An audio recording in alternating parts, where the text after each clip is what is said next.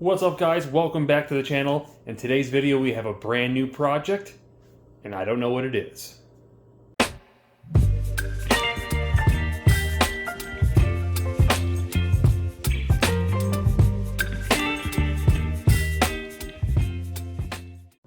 Alright, so that's not completely true. I do know what it is. It's a 1982 Yamaha Seca or XS400.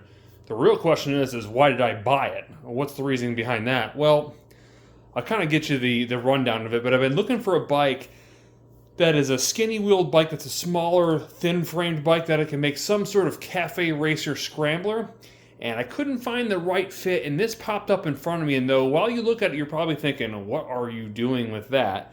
I don't know, I have this vision that I think we can make it look really good, and so I'm going to try my best to do just that. However, it wasn't that simple. I wanted to take the roughest-looking, hardest-looking project and see if I can make the absolute best it could be made out of it. So, if you guys are into that, stick around, let's move forward. Alright, so getting into it, I have done absolutely nothing to this bike. As you can see, it's absolutely filthy. I know nothing about it. All I can tell you is that the person we bought it from gave us a smoking deal on it. And Sean, you know who you are. I know you're watching this right now. That said, I just felt like, you know what, this thing, it was important to someone. He's had it for many, many years, but the background is that it sat for like 20 plus years.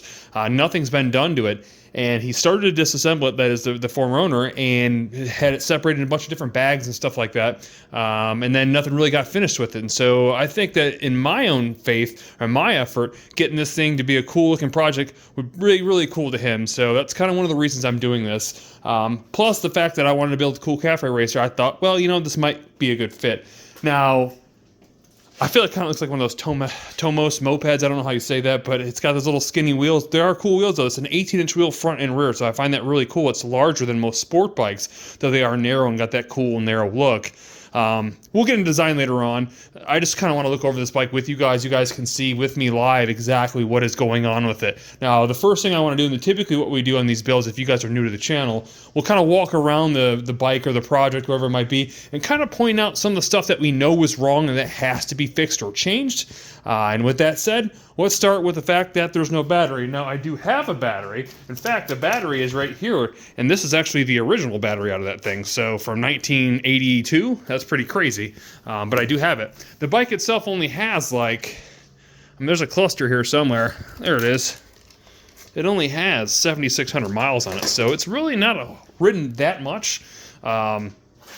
But it's just got so many things it needs. So moving forward, yes, we know we need a battery. I can tell that there's a lot of wiring that's been disconnected and pulled apart. I stuck some of it together when it was hanging, and it looks like it's coming back out now. Not really a big deal, but there's a lot of things that are disconnected. So we'll have to go through that. I can tell the carb is missing because I found it in a bag. I know that the back brake pedal is missing. The tires are 100% flat. They are absolutely no good, and you can see they're bald, so he definitely rode the life out of them things. So whatever, it is what it is. But there's a lot of different things that are missing on the bike. A lot of things are going to be changed, so I don't care too much about the accessories that are missing, like headlights, turning signals, any of the controls. None of that really matters. In fact, I might even change the gas tank, or in fact, now that I look at it, I think I have to. I can see rust holes in it, so the tank is done. There's pretty much everything's bad with this thing. So the shocks or the forks are locked up, so if you push them down, they stay down or they stay up. I can see that there's that's nice. I can see that there's a chain missing on it. A lot of stuff are in bags, so we'll kind of get to that. But I think what we need to do at this point is see if we can get this thing to turn over, and even more so if we can get it to fire. So let's try that out. Alright, so first step, I figured out how to get this seat up, which is kind of crazy here. It's got a weird tilted latch. Pretty neat, kind of crazy. And it looks to have some old glass fuses in it. I'm not sure. They've got to be if they're that thin. So we'll kind of check those out too. But what I'm going to do right now is I'm going to put a power source to these cables right here. I'm going to see if we can get anything out of that dash or anything to work. And then I guess we'll move from there. Alright, so I got power going to it. It's time to put in this key and see what it does.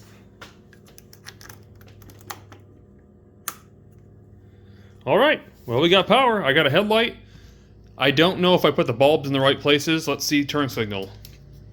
Nope, I got them backwards, but at least those are turn signals. We know that. Oil pressure and neutral switch are right, and then high beam. So I got a couple of the bulbs right at very least, but we know we got power. So the very first thing I want to do is I want to see if this thing turns over. Now, I can't tell if it's going to turn over by pushing the bike because there's no chain on it. I can't turn the sprocket by hand, so I don't know what's going to happen there. So our best bet is to try to hit start. The clutch cable is not connected, but I would assume that the pressure sensor would be the way it's supposed to be, so... Okay. It's strange, the light turns off and it doesn't do anything. So I'm on a run here. Alright, so what I'm going to have to do right now, with that said, we know we're not getting power to the starter. I'm going to double check power at the starter when I press that button just to make sure that the starter's not locked up. And if that's the case, that it's not locked up, then we'll have to go through the wiring quick. Not a big deal. Okay, so now I got my multimeter hooked up. I got the ground going to the ground and the power going right to the starter where it should be. Technically speaking, if it's getting power and I hit the start button right now, we should see 12 plus volts.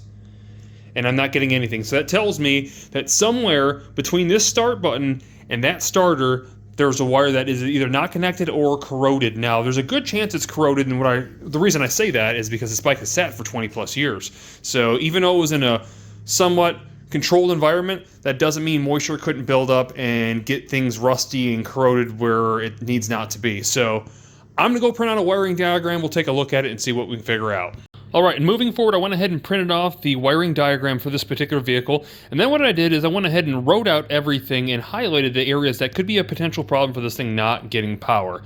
Now, there's a lot of different things I wrote down. You'll see there's the main key switch, the main fuse, the starter relay, neutral switch, again, starter relay, I don't know why I have that on there twice, igniter, and kill switch. So those are some of the things that it could be. I don't think it's a neutral switch just because it is lighting up neutral on the dash, so I assume that's okay.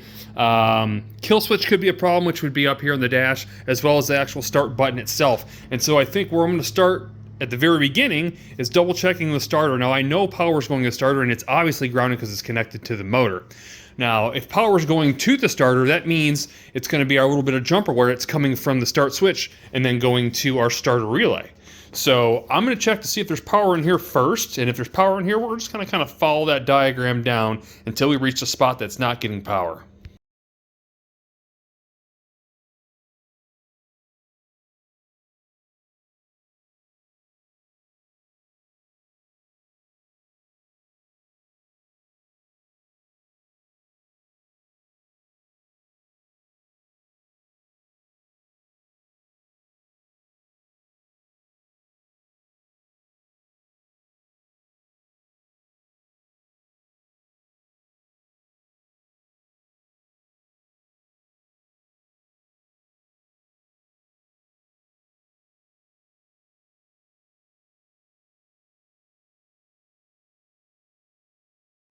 Okay, so I just tested the actual kill switch itself. The kill switch works actually well, and strangely enough, when I mess with it, it triggers whatever relay this is right here. Now that's not the starter relay because that's actually down here, but whatever that relay is, it's triggering it when I flip it on and off. However, it is working. Most kill switches work on a ground basis, which basically means that it touches your coil and grounds out to shut basically the bike off. In this particular case, it's got power at all times and it's off, and then when I turn it on, it cuts power and it goes to zero, which means it's functioning like it should. So I don't know exactly what's going on with that switch, and I started thinking about it. Before I go any further, one thing I want to do, I want to take this power wire right here, I'm going to put it right to the starter. I want to see if the engine turns over, because I don't want to sit here and mess around with the wiring if the motor's locked up. So the first thing we need to do is disconnect this power right here, and we are going to bring it straight to our starter here. Okay, you heard it turn over, so the motor's not locked up. That's great. The next step that we need to do is all the wiring has seemed to be built into the back of this headlight. So I'm going to go ahead and pull the headlight apart so I can make sure that nothing is disconnected and it's easier to access all the different connectors that we need to get. So let me do that real quick and I'll show you what it looks like. Alright, so we went ahead and took out the headlight because it's kind of pointless and all it's doing is draining the battery while we have it sitting here being tested, and at the same time we found ourselves some squatters. And so here's what I think I'm going to do. I'm not going to make you guys drag through this whole thing. I'm going to figure out what the problem is, and I'm just going to tell you what it was. Okay, and so I think I figured the electrical demon out, but not really. I really didn't do a whole lot. I started chasing the wires down and looked at the starter relay and simply just pulled up on this right here, and all of a sudden it started turning over. I'm not really sure why. It's not corroded, but there's your fix. Anyways, what we're going to do now, we're going to move forward. I want to make sure that this thing is getting spark now that we can turn the thing over. And then once I figure that out, I'm going to test the compression in this thing.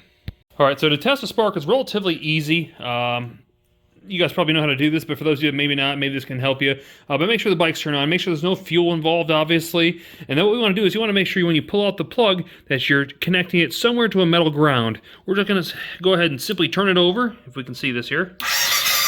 Plenty of spark, and I checked that on both cylinders, and both cylinders are firing, so it's time to throw in a compression test and see what we can get. Okay, so the compression tester is hooked up. Generally in this situation, you're going to do a wide open throttle, but because we have no carbs on it, that's not necessary, so I'm simply going to turn it over. Now, what we're shooting for is like 150 PSI from what I read online. Below 115 is a problem. However, if you guys are doing this on an old bike, I want you guys to know that on a 4-stroke, because the valves, the carbon that builds up on them can get gummy and then over time get really hard, it may not seat completely and basically your compression will leak out. And so if you see a bike and it has not great compression to start, don't let that discourage you, because once you get that thing started and warmed up, that'll all change, potentially. So with that said, I haven't checked this, so let's go ahead and turn over and see what it does.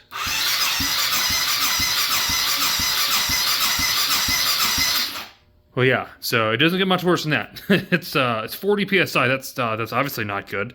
But again, I'm not going to hurt my feelings because, again, this has been sitting for 20 plus years. So we'll leave that down for now. We're going to go to the other side, see what the other side says, and then we'll figure out what we can do from there. Okay, and here are the readings on the other side. So we're right about 135. Now, again, keep that in mind. One side was 30, one side was 135. That could potentially be a motor problem, but more than likely on a twin cylinder, if you're going to start, let's say, running low on oil or giving a cylinder problem, both of them are going to be pretty badly jacked up, not just one. So more than likely, either one of these valves are stuck open, there's a hole in the piston, or we have some valves that are just gunked up and need to be cleaned up. So let's go ahead and move forward. All right, so looking down the hole, or spark plug hole with a picoscope, I cannot see any holes or marks in the piston. So my next step is going to be something a little on the crazy side. Because we got spark, and I got gas, I'm going to spray it in those holes, and we're going to see if it fires. Now, this exhaust is just laying there. It's not even hooked up, so I'm going to put some earbuds in, and hope for the best.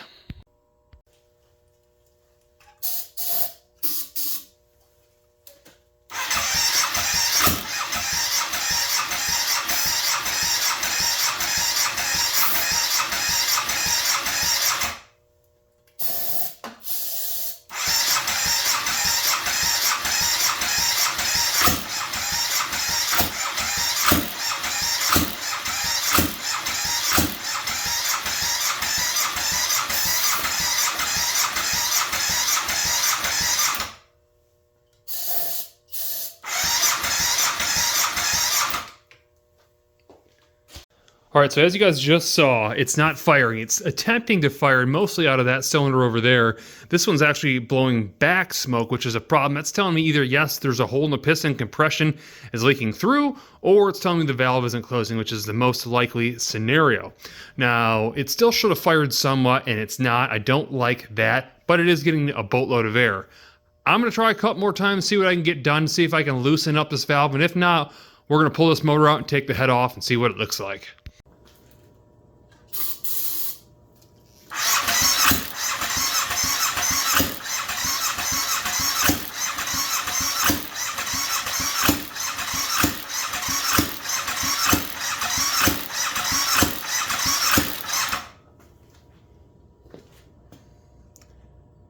And of course, now it doesn't want to fire. So with that said, I'm going to have to do something with the carburetor because I know it runs, at least I heard it a second ago, off one cylinder alone. So if it can run, the carburetors ought to be the key to getting this thing working like it's supposed to. Alright, so to make a case in point, as I shared with you guys, a lot of times those valves will get gunked up and they won't allow that compression or the valve to seat. Well, just this little bit of screw around turning over, I want to show you the difference in the same valve that you just saw 30 PSI on.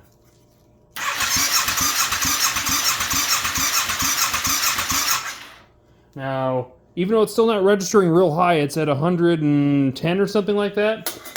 I literally got the fire for about 3 seconds, and that was on the other cylinder, not even the same cylinder. So this just goes to show you that most of the time when these motors sit, you're going to find a low compression situation. So don't pay attention to that until you know 100% you can rule that as to being the problem.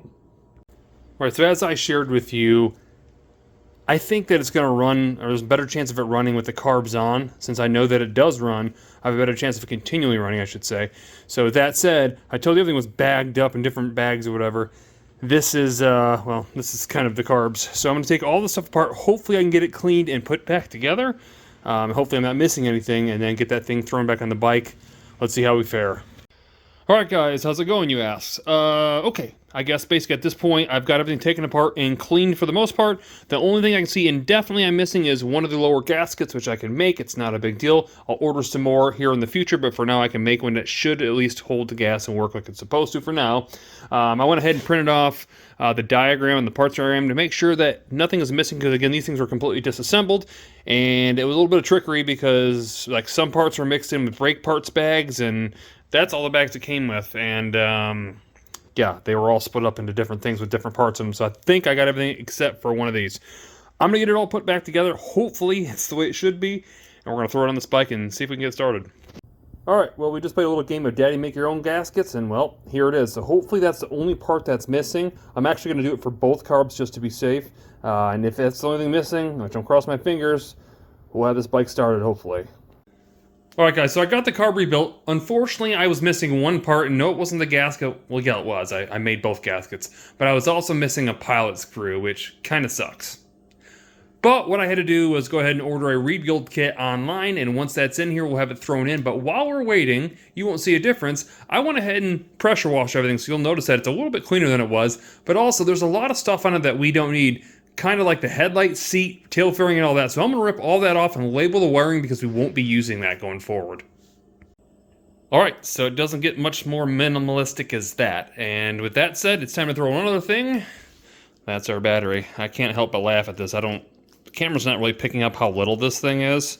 It's like 4 inches wide, so it's very small. But it should theoretically fit perfectly where we want it to go. And I'd say it weighs, I don't know, maybe like 4 ounces.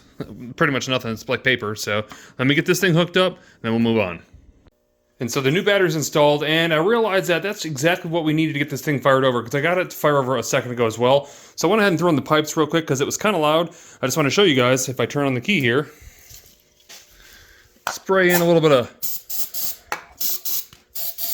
and start it up.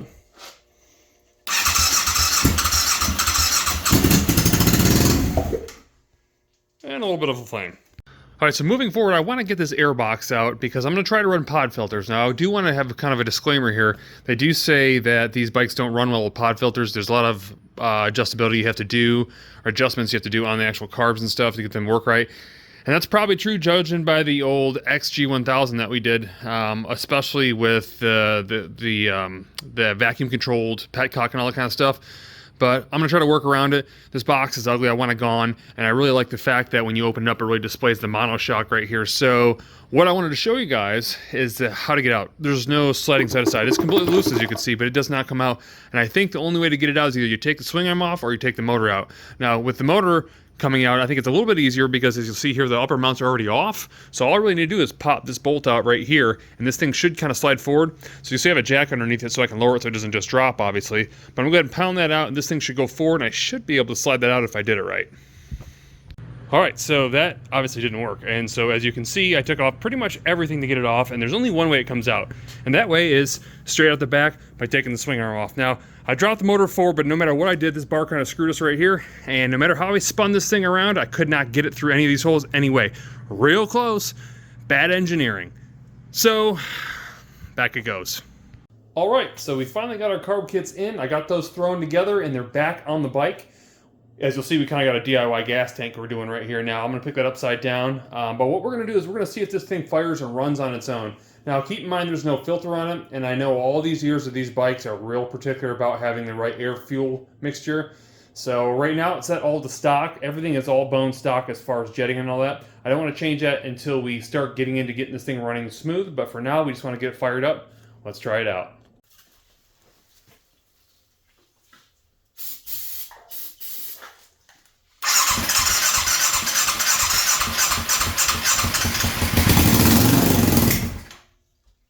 Alright, well, that's a start.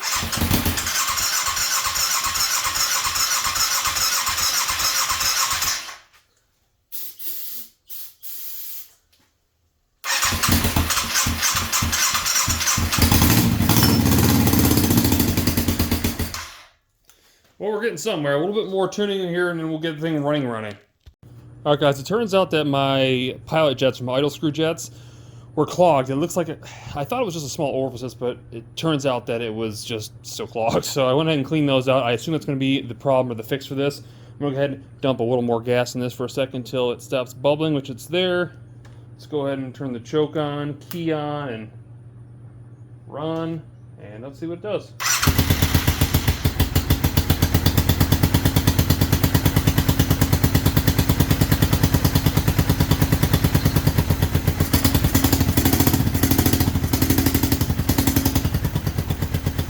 Well, it's running. That's the good news. It can definitely need a tune-up on the carb, or at least adjusted, but it's running.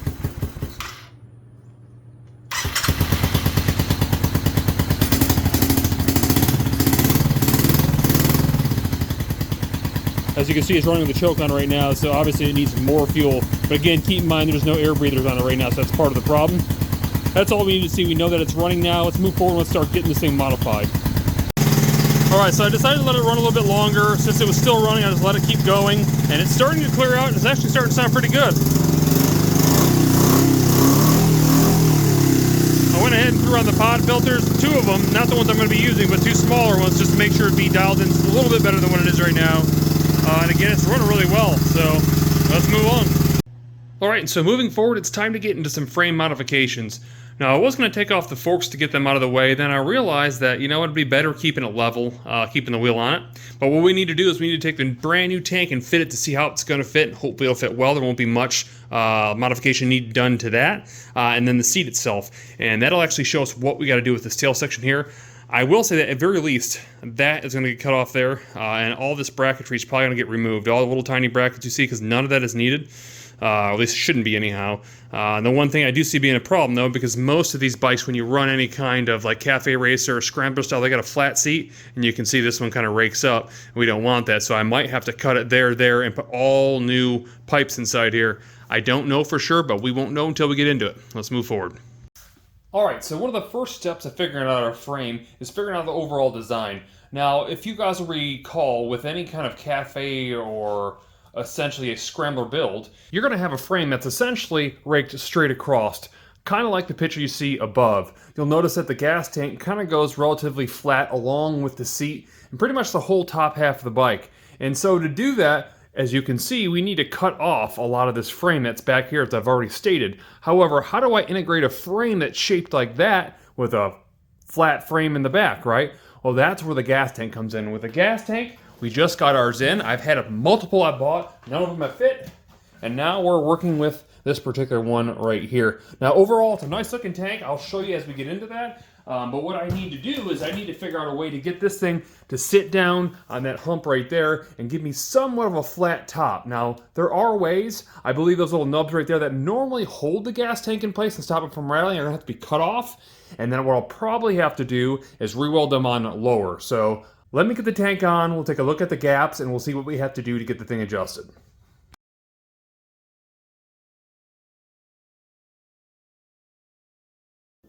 Alright, so it's time to move forward. What we need to do right now is work on our front forks. Now, as I shared with you at the very start, the front forks are messed up. They bottom out and then they stick. So obviously we know something's not right. So I went ahead and bought new seals, and I'm just going to use whatever fork oil I have laying around, or motor oil, to make this work. Now, the manual says that I need to use 20W, which is a 20 weight, or 10W30, which is kind of odd because most newer bikes won't touch motor oil. But I do have some 5 weight, and that's what we're going to put in. Anyways, the more important part of this is how we're going to do it. Now, typically they'd say take the forks out and put them in some sort of vise. I'm going to try to use the actual motorcyclist advice well, because it's right there, and why go through the headache when I have a huge clamp right there? So to start, the first thing that I need to do is I need to get this thing jacked up from underneath the engine right there. Give it some support so it leans back just a hair, but so it's solid. When I pull that front wheel off, it's not going to fall forward. Let's go ahead and do that. Alright, so with that now out of the way, for those of you that may be taking these forks off to rebuild them and putting them in a vise, you're going to have a lot of things to probably take off, like your brake caliper, which you can see that I no longer have on here right now. You probably have a retaining bolt that holds the hose somewhere around there, as well as a cable that holds, or a clamp that holds your speedometer cable. So there's a couple different things you have to take off there, and then obviously For me, I'm a little different. I have most everything off. I want to get the front wheel off, and so you'll see that there's a retaining bolt right there, a nut that holds that on with a small pin holding in it. I'm going to pull that out, pull the front wheel off, and hopefully this thing balances out. Okay, and so with the front wheel now off, I went ahead and put all the pins and the main shaft for the wheel back through it so I didn't lose anything. And now it's time for me to go ahead and raise these forks up. The reason I want to do that is I want to make sure that I have clearance on the bottom to be able to pull those full lower halves off. But more importantly, before I raise it, I need to take the handlebars off to get them up. Now, the handlebars for me are going anyways, so I'm going to go ahead and completely disassemble those. If you guys are not disassembling, all you really need to do is simply pull off 4 bolts right here and throw them out of the way. But again, for me, because I'm changing the type of bars we're putting on it, I'm going to pull all that stuff and disassemble it. And with the fork tubes basically now pulled up, I'm going to go ahead and you'll see that there's 2 small 10mm bolts right down there and right down there. Those are actually the drain plugs, and so if there is any oil left in there, I'm going to go ahead and pull those 10mm bolts and see what drains out. Now, generally you have to push these things up to pump that stuff out. I don't need to get all of it out, I just want to get some of it out, so basically the less oil, the less mess. Alright, so let's look up into this. And yes, I know I haven't taken out the handlebars yet. I was going to completely disassemble them, and I realized it was going to be more work flapping out 6 different sets of wires than just the whole thing all together, so I just kind of left it there for now. Nonetheless, this is all, I'm out of breath, but this is all that came out of both those forks. Now, I literally had to basically milk this thing like a cow. I had to pull this thing up and down until it keeps squirting out until it just bubbles and doesn't do it anymore. Now, what I will tell is you can kind of see the green. That came out of this shock. It was very thick and gross. The other stuff is clear and almost looked like water separating inside this. I don't know if it is or not, if that's just clean fluid, but that came out of that fork tube right there. So yeah, I don't know. For right now, we're pretty good. And what you see is that we're replacing this main dust seal here, and then there's a seal below that that has to get replaced. Now to do that, there's a few more steps we got to get to. There is a bolt on each one of these bottoms right here that has to come out. And then we have to pop off these caps, which that one popped off on its own. I don't know if I can get this with bare fingers or not, it doesn't matter. But we need to push this thing down. There's a circlip right here that we're going to pull out. So I'll go ahead and get the circlip out to start, then we'll work from the bottom. Alright, and there you'll see is my temporary solution to hold the forks while I attempt to push down on them. Now I'm going to be pushing down with this right here, and then I'm going to be using this small pick right here to dig out the retaining ring that you can kind of see along the edges right there. Alright, so the retaining clips are now out. I wasn't able to get the small pick in there, so I ended up having to get a very small flathead. Basically, if you can see this, if it'll focus, it probably won't. Anyways, there's a small, basically flathead for electronics just to get behind it. Then I got the pick in, pulled it right out. It was really, really easy. And I suppose the last thing I need to do now is move these blocks and get out the 6mm Allen head that's underneath going up inside the shock. Now, one thing I will state, if it is 6mm, is that it's kind of odd that I had to take that out to get the bottom out. Maybe I didn't even have to. I don't know. I was just going on somebody else's instructions, and it wasn't hard, so I figured why not. But nonetheless, I know there is a bolt going through the bottom here that we have to separate, and this thing should, I believe, either pull or spin off. We'll find out. Alright, so I was able to get those 6mm Allen head bolts out. They were 6mm, and essentially what I had to do is stick this up here, and then I had to pry this inside here to get it to turn opposite. It wasn't that hard, and it seems somewhat loose now, so let's go ahead and get some of this stuff out of the way. And I guess see if these things slide off. I don't know. We're going to see if we're lucky or not. Yeah, it looks good so far. Probably going to end up right in the oil, but... Oh, man, we're just barely clearing it. Alright, so I got the lower part out if you guys can see that. There's some sort of another rod in here. I don't know what that is. I'm going to go ahead and jack this thing up a little bit higher because this thing's quite a ways down. And see if I can get some clearance to get this thing out. And we'll look down inside it. Alright guys, so I went ahead and pulled it out. All I had to do was on the main fork tube that holds it to the triple tree, I loosened that 17mm bolt and then just pulled it up farther forward. The whole thing came apart. And here you'll see right here is our lower half. And if we look inside there, it's going to be kind of hard to see. We can kind of see that the upper dust seal is it looks like the dust seal, which is the top part here, it looks like it's a little bit rusted, and then we have the main seal underneath. Now this should be where the majority of our fork oil resides. Now I don't know how that would necessarily hold 9 ounces like they say it holds. I know part of it goes in the tube, but whatever. But while I had it loose, I went ahead and pulled the whole tube out, and I can tell you right now that holding it up, That's the bottom there. The spring is coming right out of the top. So this is basically the way we're going to be disassembling it. And I'm going to clean everything up, and then we'll put it back together with new seals, and we'll see exactly how it looks. All right, so it's time to get this thing out. And what I have is a door seal tool that is a nice long tool that has a nice angle on it and a wide rounded tip, so I don't have to worry about scratching the inside of this. I'm going to go ahead and use its own body, not to put too much pressure, just enough to pop this thing out. They get the lower one out, and then we should be able to put the new ones in. All right, so we have it pretty much cleaned up for the most part, at least all the cleaner it's going to get.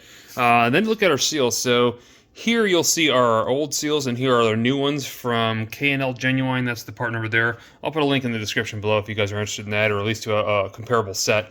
But one thing I do want to point out, obviously you can see the rust, and there is a retaining ring between the two of them. But typically what I like to do is just kind of measure from one to the other. And I don't know if you're going to be able to tell that, but can you see the new one on the bottom, how much basically tighter it's going to be than the original was? You can tell it was definitely wore out, and that is why it was letting moisture in and losing oil. So it's kind of obvious, and I can go ahead and do the same thing with the dust seal itself if I can get it lined up, and you can kind of see the same thing if you're able to see that. It is definitely tighter fit than the old ones. Not a whole lot, but I'd say a millimeter and a half, which is a huge difference to get that thing sealed. Now I'm going to go ahead and get these new seals put back in. I am going to lube up the outer edges of them because you don't want to hammer these things in dry. A lot of times to get this thing in, what I found most beneficial is I take like a larger socket and I'll just kind of take a light mallet and tap them in. With grease on them, they usually sit pretty good. And once they get to this bottom seat, you'll know it. You'll see there's barely enough room to get that retaining ring back in between the two of them. And you'll know you're good to go. But I'm going to go ahead and throw those on right now, and then I'll show you exactly everything disassembled, what it looks like all lined up. Alright guys, and so there is the complete fork assembly, basically assembled the way it would be I guess pulled apart. So this piece here goes straight down into there. This piece goes over top of that, and obviously the cap you see here is the last cap that'll go in the very basically top of that before we put the circlip in to get it all together. Now I'm going to put this all together and set it in, with the exception of this, because we're going to go ahead and dump in our fluid from the top. Alright guys, so our next step, just before I throw this thing together, I want to go ahead and take some fine stainless steel wool and some WD-40, and I'm going to go ahead and basically clean the outside of this tube that you see right here. There is some surface rust and stuff like that we make sure you want to get off because it'll tear up your seals if you don't. So I'm going to go ahead and clean that up and wipe it down. And again, we'll throw it back together and we'll get this thing put back together like it should be. Alright guys, so there is our rebuilt fork. Pretty straightforward. It's got good compression and rebound. I think we're good to go. I'm going to finish the other one off. You don't have to watch that, and we'll move forward.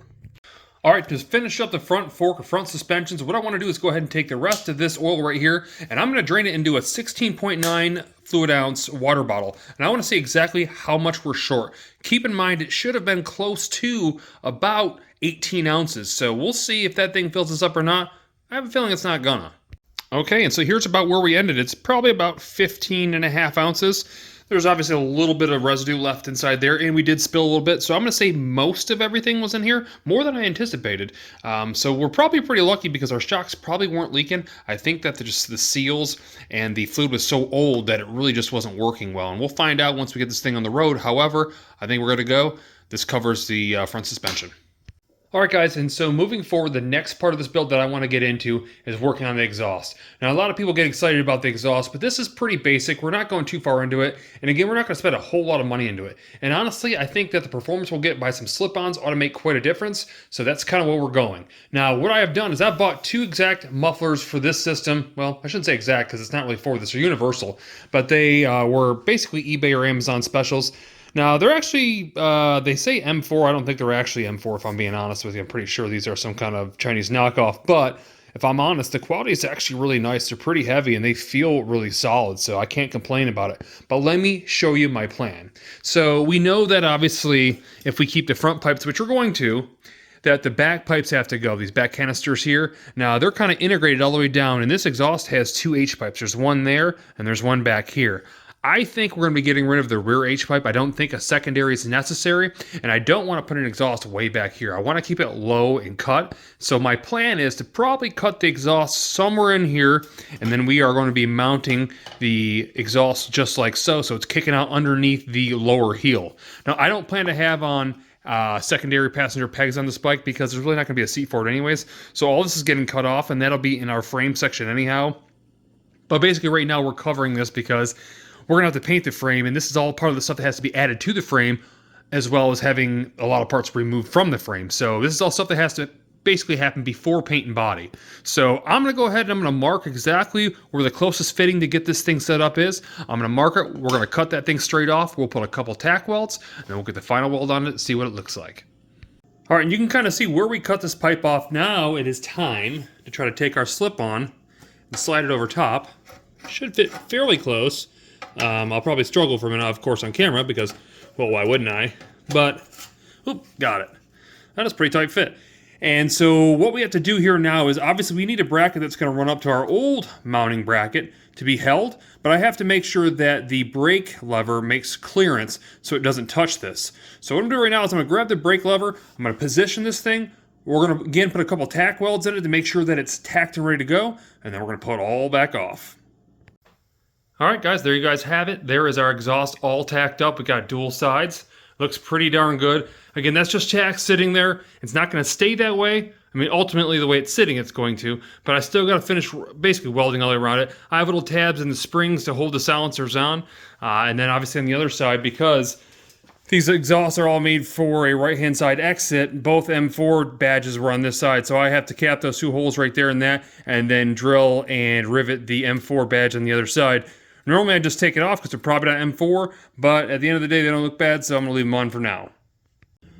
Alright guys, so the frame is pretty well cleaned up. I took off at least 10 brackets, and you'll see they're all over the place, plus the big old back section that was sticking up. Now I don't want to take any more off yet, and I don't want to add any, because what I'm going to do is I'm going to put on that tank right there. The tank kind of sticks up, and I think rather than cutting these bars off, if I don't have to, I might keep them where they're at, and because there'll be a little bit of gap to the seat, and also I don't want a really stupid thin seat, I might build some kind of thin fairing that covers all this that goes underneath the seat to the rear cowl. I don't want it to look modern, but I want it to look very simple and sleek, and I think that I can do that, but I won't know until I get that tank on right now, and then put the seat on and figure out exactly what it is that I want to do.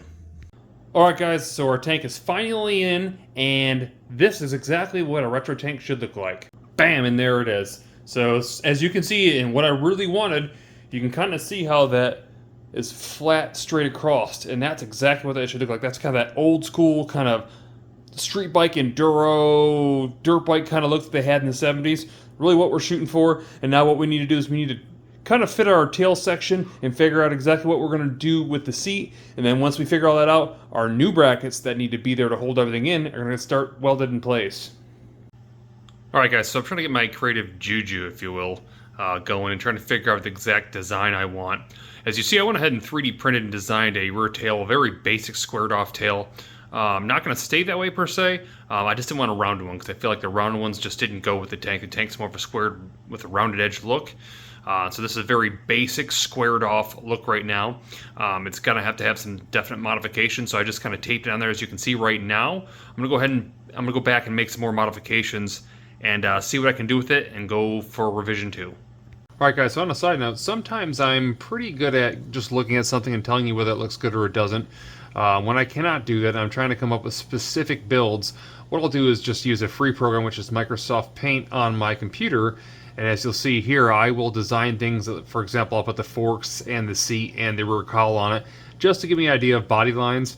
It's not a perfect replacement, but it works pretty darn good and it's free. So if you guys have ideas or want to try something and don't know what it looks like, this is kind of an idea. You'll see I went ahead and put the lines as far as blue on the outer edges, and gives me an idea of overall body lines. But this is what I do when I don't have the ability to simply look at something and say, is that right or wrong?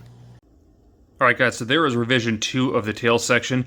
It definitely looks a lot sleeker and meaner. I went ahead and put a 20 centimeter roll on the front edges to give it more of a factory match to the gas tank itself. As you'll see on the back, well, back sides, I guess you could say, I chopped off about 1.25 inches to go a little bit smoother with the frame. So I think right now it's set up pretty well.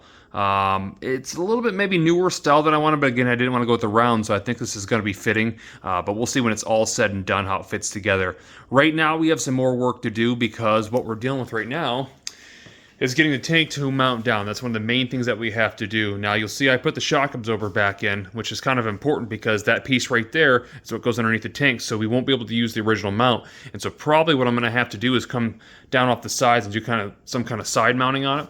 I might be able to mount it right down to these gussets. I don't know. We'll see what I do. Shouldn't be a big deal, but we got to get that taken care of. I'm also going to be blending this and closing this in right here, because if I don't, it's going to look strange with a gap if the seat doesn't go high enough, which it probably won't. So we'll fill that part in. And then obviously later on we'll get back into the tail. I do have getting covers to go back down here. We gotta get the seat fitted and formed as well. So once all that kind of gets molded for the most part, we'll have a better total idea what it'll look like if we can move forward from there, and then we should be good. Okay, so moving forward, I got the tank taken care of. You'll see right here there are some brackets. There's one on each side. And don't worry, I know those are kind of ugly, but my plan is that those are going to be covered by that side fairing I make, so I'm not really worried about it. In fact, this will double as a bracket for that side fairing, so it's kind of a 2-for-1. But they're nice and solid, it doesn't move. And then you'll see I went ahead and filled that back hole. Now, I know this is going to trigger some of you Yamaha purists because this is a well sought after tank that's hard to find, but it is what it is. It's going to look good when it's all said and done. Now, of course, I welded that little tin foil around it with a MIG Harbor Freight welder, which you can imagine how good that looked. So I went ahead and grinded it down, and then I'll have to hit it with some body filler. We'll get to that part when we are in the body section. For now, though, I think the tank's almost done. I am on my last part of it, though, and the last part of that is going ahead and filling it with some distilled white vinegar. Now, the reason I'm doing that, you've probably seen videos on this before, is there's some light surface rust inside the tank. And obviously I can't keep that, so what the white vinegar will do is it'll eat all that apart and clean it up overnight. We can dump it out and then coat the inside of this tank, and the tank will officially be done. Okay, so moving forward on the tank, for those of you who want to know how to fix a rusted tank, there's plenty of videos online that you guys can find. I don't need to make one for you. However, I'll show you a real quick basic of what I do. I'm going to be dumping white distilled vinegar into the tank, about 2 3/4 gallons. All the way up to the top, and let it sit overnight. The acidicness of the vinegar will go ahead and eat apart the rust, and then you dump it out, and you need to rinse it out real well, dry it, and then I'm going to coat it. Now, the way I get to seal the tank, because I don't want to ruin a petcock, at least a new one I ordered, and the old one's shot, as you can see here, and it is pretty much, well, it's already been taken apart, and it obviously isn't going to hold anything. I went ahead and put down a piece of, it's kind of like a Flex Seal type tape. You can use a bicycle tube, anything you want that's going to seal it off. I'm going to mount this back on here so it's completely sealed. I'll flip it back upside, put it on the bike, and then what will happen is it'll sit overnight. Again, I will put the vinegar in it, and it should be good. I'll show you guys what it looks like when that's all said and done.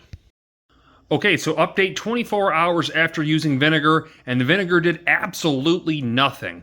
Now, I thought I screwed up because initially I got white vinegar, distilled vinegar from the baking section. So I went to the cleaning section. That was a 5%. I went to the cleaning section and got a 6% straight vinegar, and it smelled a lot stronger. I thought for sure it was going to do something. 24 hours later, nothing. I mean, literally nothing. So what I got in there right now is some Lysol toilet bowl cleaner that's supposed to remove rust. We're going to see what it does. And all I have to say is all those videos out there saying that people's tanks got cleaned by vinegar, that's total BS. It literally did nothing. Alright guys, so real quick, final update on the tank. I just wanted you to know, I went ahead, as I said, and stuck in some Lysol floor cleaner, and it worked. Probably better than it should have. Okay, so moving forward with the rear subframe/frame, what I need to do right now is I need to make a rear tray down here, and the reason why is we're relocating all the electronics that you used to see that was all right here, and the rear batteries can be sitting in the rear cowl all back here. So what I need to do is make a lower tray, and to do that, I'll show you exactly how we get it done.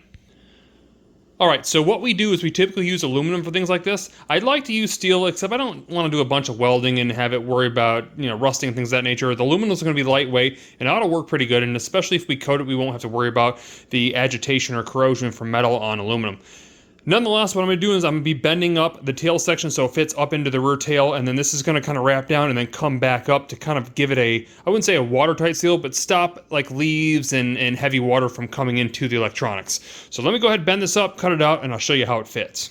Alright, so there you guys have it. Here's our rear compartment for underneath our tail. What you'll see is when I set on our rear cowl, it fits perfectly like so. We've got plenty of room for our rear electronics, so it'll have our regular rectifier, and it'll have our fuse kit all in the back here. And then underneath the tail cowl, again, we'll have the battery. And if you look underneath the bottom side, there's a little bit of gap here, and the reason for that is because the tail light and the license plate holder will come out underneath that. So it's about perfect fitment. The only problem I had was because of these welds on the side. I was trying to cut to kind of make it fit, and I didn't want to grind off the welds because they were more important than having this panel fit perfectly. So probably what I'll end up doing is going ahead and and putting some panel bound along the edges. I will probably keep these bottom corners here open though, just in case water is to enter. It has somewhere to drain out and it won't be sitting right on our modules. So that looks good. I'm gonna go throw the rivets in and then we'll move forward.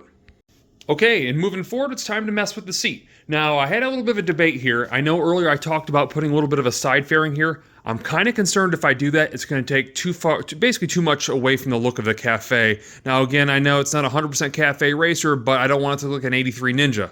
Completely. So, with what I'm going for, it might ruin it. And I thought maybe I'll round off this bracket, make it look real nice, and that'll be painted to match the frame. You won't see it anyhow, but again, I won't know until I get the seat made. That said, let's get into the seat. The very first thing we have to do is we have to make a base for the actual seat. I have a nice piece of composite plastic right here that is moldable, and what I'll be doing is I'll be cutting it to shape right here, and then bending it up to match the curvature of the frame in the back.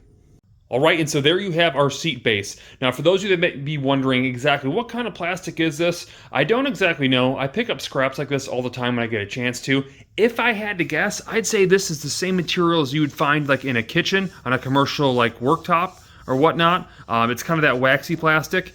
And if you needed to find it somewhere, I would say probably if you don't have a local plastic supplier, maybe a restaurant equipment supplier, could probably get a small section of this for like a prep table, and fairly inexpensive. But what I had to do to get this thing to where it's at right now, I went ahead and I marked my line where the bend would be. I went ahead and clamped that to a countertop and then put some heat on the back and the front of it while I continued to bend it to the position that I needed it to be. And then I just took a orbital palm sander and sanded around the edges to make sure everything was smooth and there was no jagged edges. And that's really all I needed to do. Now I need to go grab some foam and we'll work on the leather for the top. Okay, so quick update I almost forgot to share with you. I needed to find a way to mount this seat.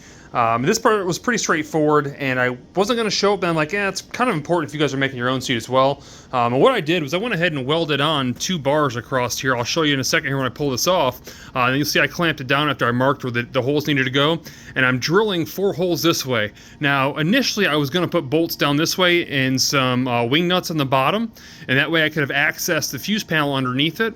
Unfortunately, what I don't like is trying to get the bolts from spinning when you do it through the inside here, because if they start spinning, you're screwed in the long run. There's nothing you can do. So what I've ordered is some knurled brass inserts that will be melted into the plastic, and the bolts will come up this way. And I'll probably use a bolt along this line here with an Allen head, because that'll be part of the toolkit. And if I ever need to, I can pop the toolkit out of the rear cowl here and unloosen it to get to the fuses. So it's all manageable. But real quick, let me show you exactly what the bars are that I put underneath this thing. If I can get this thing off with one hand. Alright, so there's the 2 bars that we have, and you'll see exactly how I drilled them. Not perfect for the most part though, they're pretty straight on, and like I said, this will be fully serviceable, so I'll be able to use this or access this area if I need to, should I have an issue on the side of the road. And so we're just finishing up the rear tail cowl here, as well as the lower half of the seat cushion or the base of it. And all I did is I shared with you, I got some knurled bits, some threaded inserts, and basically you heat them up, put a bolt into them, and it's maybe 2 inches long, so you can get some good leverage to figure out kind of that you're going in straight. Just take a torch, heat gun, lighter, whatever you want, heat up the brass. It heats up fairly quick. And then you're going to want to stick it down and push it down in. I doubled up these ones so we'd have extra bite on them, where there wasn't enough depth in the seat, but the seat is a harder plastic, so it doesn't matter. So again, I doubled these up just to make sure I had a good enough bite to it so it wouldn't come loose or come out. But what you're going to do is you're going to heat that up, stick it down, make sure it's sticking straight out of there, because you're just going to have to go through that seat straight. And once it's all said and done, you want to let it sit for about 4 or 5 minutes till it hardens again. Then you can just basically screw the nuts out. Now, if you do decide to double them up like I do, make sure they're twisting together, because sometimes when you bolt nuts up together, they'll fight against each other and you won't be able to get it out. It's kind of like a lock nut in a way. So you want to make sure that they spin with each other if you're doubling them up the way I did. Okay, and so moving forward, knowing that most of the modifications, or pretty much all the modifications going to the frame or being done on the frame are done, so I'm going to separate the frame from the engine, because this thing needs to get an official power wash and probably some sandblasting as well to get a lot of the gunk in the very bottom out that's been built up for 20-some years. It's pretty disgusting and I got to get it clean. One thing I will update you on though, as far as the frame, I was going to cut these off, and again, these were the bars that connect to the passenger pegs. And then I started thinking about it, I'm like, man, I know it'd be like real racing style because I only needed a nub to connect the exhaust to. But the reality is if somebody was to buy this bike and they wanted to put a passenger on it, they would be screwed. That's pretty much a permanent modification. So I thought, you know what? I'm going to leave these little bit of bars on. There's not much weight to them. I don't think they'll look bad because they'll be black. And I even bought a brand new set of passenger pegs to go on this thing just to kind of match it. I wanted to make sure it would look good at the same time. Granted, they won't probably be able to fit on the seat. If they ever decided they wanted to switch the seat or modify it, at least they could do that for a passenger. Nonetheless, it's time to take this engine out. It's pretty straightforward. There's 2 bolts left. Well, pretty much 1.5. You can see that one's already sticking out, and we got the final one all the way at the bottom. Once I pull those out, the engine will be separated. We'll put it on the cherry picker, and like I said, we're going to pressure wash the crap out of these things to make sure they're nice and clean.